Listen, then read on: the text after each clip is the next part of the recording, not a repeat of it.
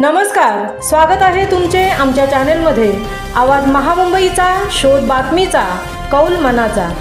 चला तर मग आमचे चॅनेल शेअर करा, लाईक करा आणि सबस्क्राइब करा। धन्यवाद।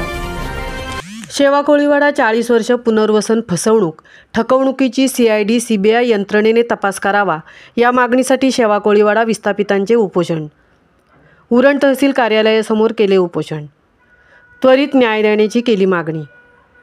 तहसीलदारांनी लेखी आश्वासन दिल्याने उपोषण स्थगित। दिनांक 14 एप्रिल या सोनेरी दिवसाचे समाजाच्या आणि देशाच्या दृष्टीने अत्यंत महत्त्व आहे। देशातील कोट्यावधी दीनदुबळ्यांसाठी तसेच देशासाठी हा दिवस फार आनंददायी आहे। डॉक्टर बाबासाहेब आंबेडकर यांनी शिका, संघटित व्हा आणि संघर्ष करा या शिकवणीने आज शेवा कोळीवाडा विस्थापित 40 वर्ष पुनर्वसन फसवणूक व ठकवणूक आणि दिशाभूल केंद्र व राज्य सरकारचे लोकसेवक करत असल्याने त्याचा तपास CID CBI यंत्रणेने करावा आणि दोषींना शिक्षा करावी या मागणीसाठी आज तहसीलदार कार्यालय उरण येथे शेवा कोळीवाडा विस्थापितांनी आमरण उपोषण केले। माननीय पोलीस उपनिरीक्षक सागरी मोरा पोलीस ठाणे यांनी विस्थापितांनी शासनाने पुनर्वसनासाठी दिलेल्या 17 हेक्टर जमिनींपैकी 15 हेक्टर जमीन वन विभागाला देणाऱ्या लोकसेवकांवर केलेल्या लेखी तक्रारीबाबत 13/1/2025 रोजी माननीय तहसीलदार उरण यांच्याकडे अहवाल मागितला होता। त्याप्रमाणे माननीय तहसीलदार उरण यांनी दिनांक 15/1/2025 रोजी माननीय पोलीस उपनिरीक्षक सागरी पोलीस ठाणे यांना दिलेल्या अहवालात माननीय जिल्हाधिकारी रायगड यांनी NSPT प्रकल्प विस्थापित शेवा कोळीवाडा गावातील शेतकरी बिगर शेतकरी 256 कुटुंबांचे मौजी बोरी पाखाडी उरण येथे 17 हेक्टर जमिनीत शासनाचे मापदंडाने पुनर्वसन मंजूर केले होते। मौजे बोरी पाखाडी उरण येथील 17 हेक्टर जमीन संपादित केली होती।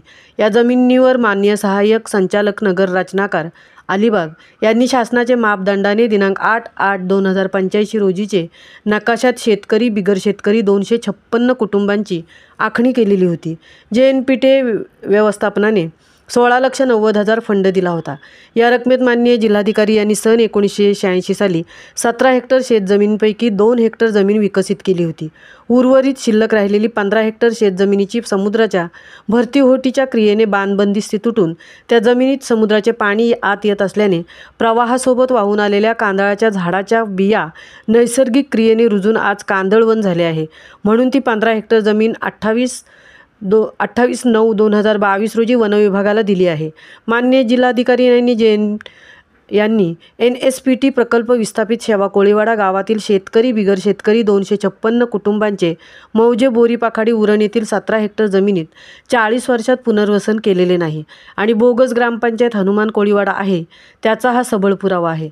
त्यामुळे शेवा कोळीवाडा विस्थापित नागरिकांना न्याय मिळावा, त्यांच्या मागण्या मान्य करण्यात याव्या यासाठी विस्थापित हनुमान कोळीवाडातर्फे उरण तहसील कार्यालयासमोर डॉक्टर बाबासाहेब आंबेडकर जयंती दिनी संविधान कायद्याची आठवण करून देत होत असलेल्या अन्यायाच्या निषेधार्थ उपोषण करण्यात आले। यावेळी उरण तहसील कार्यालयासमोर शेवा कोळीवाडा विस्थापित प्रकल्पग्रस्त मोठ्या संख्येने उपस्थित होते।